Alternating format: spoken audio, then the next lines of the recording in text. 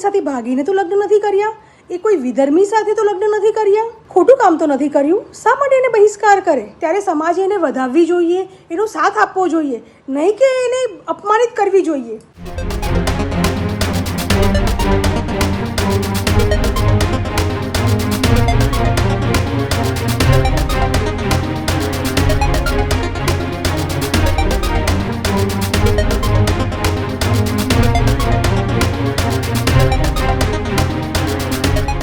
સમાચારોમાં આગળ વાત કરીએ। છેલ્લા 2-3 દિવસથી આ ખૂબ ચર્ચાઓમાં રહેલા કિંજલ દવે તેમની જે સગાઈ થઈ છે તેના મામલે હવે એ બ્રહ્મ સમાજ 5 પરગણા દ્વારા તેમને સમાજમાંથી જે બહિષ્કાર કરવાનો નિર્ણય કરવામાં આવ્યો છે, આ મામલો પણ અત્યારે ખૂબ ચર્ચાઓમાં આવ્યો છે। એક બાજુ કોઈ લોકો તેના સમર્થનમાં આવી રહ્યા છે તો કોઈ કિંજલ દવેની સગાઈનો એ વિરોધ પણ કરી રહ્યું છે। જ્યારે કાલે 5 પરગણા બ્રહ્મ સમાજની મીટિંગની અંદર તેમને સમાજમાંથી દૂર કરવાનો નિર્ણય કરવામાં આવ્યો, ત્યારથી હવે ફરીથી એ ચર્ચાઓ શરૂ થઈ છે કે શું કોઈ વ્યક્તિ સમાજથી ઉપરવટ કરીને લગ્ન ના કરી શકે?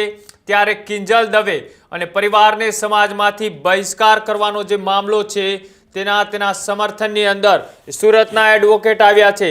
પ્રતિભા દેસાઈએ કિંજલ દવે અને પરિવારની સમર્થન આપ્યું છે અને કહ્યું છે કે મને જ્યારથી આ વાતની જાણ થઈ ત્યારથી હું વ્યથિત છું। એક બાજુ એ કિંજલ દવેના પરિવારને સમાજમાંથી દૂર કરવાનો એ નિર્ણય જ્યારે બ્રહ્મ સમાજના 5 પરગણાએ કર્યો, ત્યારે ઉત્તર ગુજરાતથી લઈ અને સાથે પૂરા ગુજરાતની અંદર ચર્ચાઓ શરૂ થઈ રહી છે કે શું સમાજ દ્વારા નિર્ણય કરવામાં આવ્યો તે યોગ્ય છે ખરા? આવા અનેક કિસ્સાઓ એ સમાજની અંદર બનતા હોય છે, પણ તેમ છતાં માત્ર કિંજલ દવે સામે જ આ નિર્ણય શા માટે? આવા પણ અત્યારે સવાલો ઉઠી રહ્યા છે।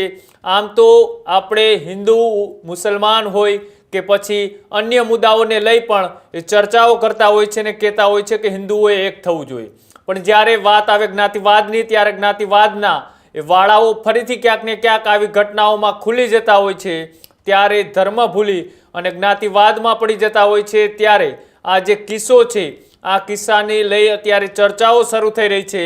એક બાજુ આમ તો કોઈ પણ વ્યક્તિને સમાજથી દૂર કરવો એ પણ એક ગુનાહિત પ્રવૃત્તિ બરાબર જ છે, કેમ કે કોઈ વ્યક્તિએ જે કાયદામાં છે, કાયદામાં જોગવાઈ છે એ પ્રમાણે એમને જે પણ કાંઈ કર્યું છે એ કાંઈ ખોટું ન હોવા છતાં પણ સમાજ જો આ રીતનો નિર્ણય કરે તો એ નિર્ણય પણ અયોગ્ય હોઈ શકે, પણ સમાજે જે પોતાનો નિર્ણય કર્યો છે તેની સામે કેટલાક લોકો એ કિંજલ દવેના સમર્થનમાં પણ બોલી રહ્યા છે। ત્યારે ફરીથી સુરતથી એડવોકેટ પ્રતિભા દેસાઈએ પણ પોતાનું સમર્થન જાહેર કરતા શું કહ્યું, આવો તે પણ જોઈએ। નમસ્કાર, હું પ્રતિભા દેસાઈ। મને ખબર પડી કે કિંજલ દવેના પરિવારને સમાજમાંથી બહિષ્કાર કરવામાં આવ્યો, કાયમી બહિષ્કાર, અને આજે મેં કિંજલનો વિડીયો જોયો। જ્યારેથી મેં વાત સાંભળી ત્યારથી હું વ્યથિત હતી કે કોઈ સમાજ પોતાની દીકરીએ ખોટું કામ તો નથી કર્યું, શા માટે એને બહિષ્કાર કરે? અને કિંજલ દવેની વાત સાથે હું સહમત છું, એમની સાથે છું, અને હું સમાજના જે આગેવાનો જેમણે એમના પરિવારને સમાજની બહાર કર્યો છે એને પણ કહેવા માંગીશ કે શું એ દીકરીએ શું ભૂલ કર્યું? એ કોઈની સાથે ભાગીને તો લગ્ન નથી કર્યા, એ કોઈ વિધર્મી સાથે તો લગ્ન નથી કર્યા, એણે શું ખોટું કર્યું? પિતાની આબરૂ ખાતર એને કેટલું દુઃખ સહન કર્યું છે। સમાજની રીત રિવાજ મુજબ જ એને સગાઈ કરી હતી, પણ કશે એની સાથે વિશ્વાસઘાત થયો, ત્યાર પછી બી એ દીકરી એ જે વ્યથા છે એ આઘાતમાંથી બહાર નીકળતા એને કેટલો સમય લાગ્યો હશે? તમે એક વખત એ વિચાર કર્યો છે?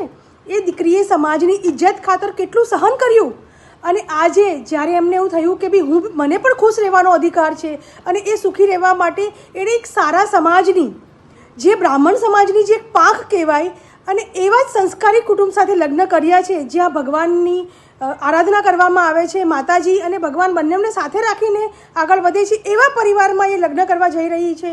ત્યારે સમાજે એને વધાવવી જોઈએ, એનો સાથ આપવો જોઈએ, નહીં કે એને અપમાનિત કરવી જોઈએ। હું સમાજના જે પણ આગેવાનો છે એને વિનંતી કરીશ કે તમે મહેરબાની કરીને સમાજને બદનામ નહીં કરો।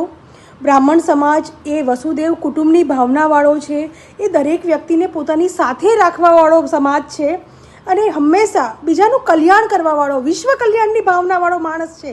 તો એ બ્રાહ્મણ ક્યારે સંકુચ થઈ શકે? અને એક સારા સમાજમાં દીકરીએ લગ્ન કરવા જઈ રહી છે તો સમાજે એનું સ્વાગત કરવું જોઈએ અને એમને પણ જેમ દૂધમાં સાકર ભળી જાય એવી રીતે એ સમાજને પણ બ્રાહ્મણ સમાજને સાથે રહીને એક થઈને કાર્ય કરવું જોઈએ. અને જે પણ લોકો વિરોધ કરી રહ્યા છે તેને હું એટલું જ કહેવા માગીશ કે ભાઈ આપની ભાવના સારી હશે, તમે દીકરીઓને બહાર બીજી અન્ય જ્ઞાતિમાં જતાં બચાવો છો તે સારી વાત છે, પણ એને સમજાવવાનું હોય છે, જો હુકમી કરવાનું નહીં હોય. અને આ દીકરીએ કોઈ ખોટું કાર્ય નથી કર્યું, એણે સારી વ્યક્તિને ચૂઝ કરી છે.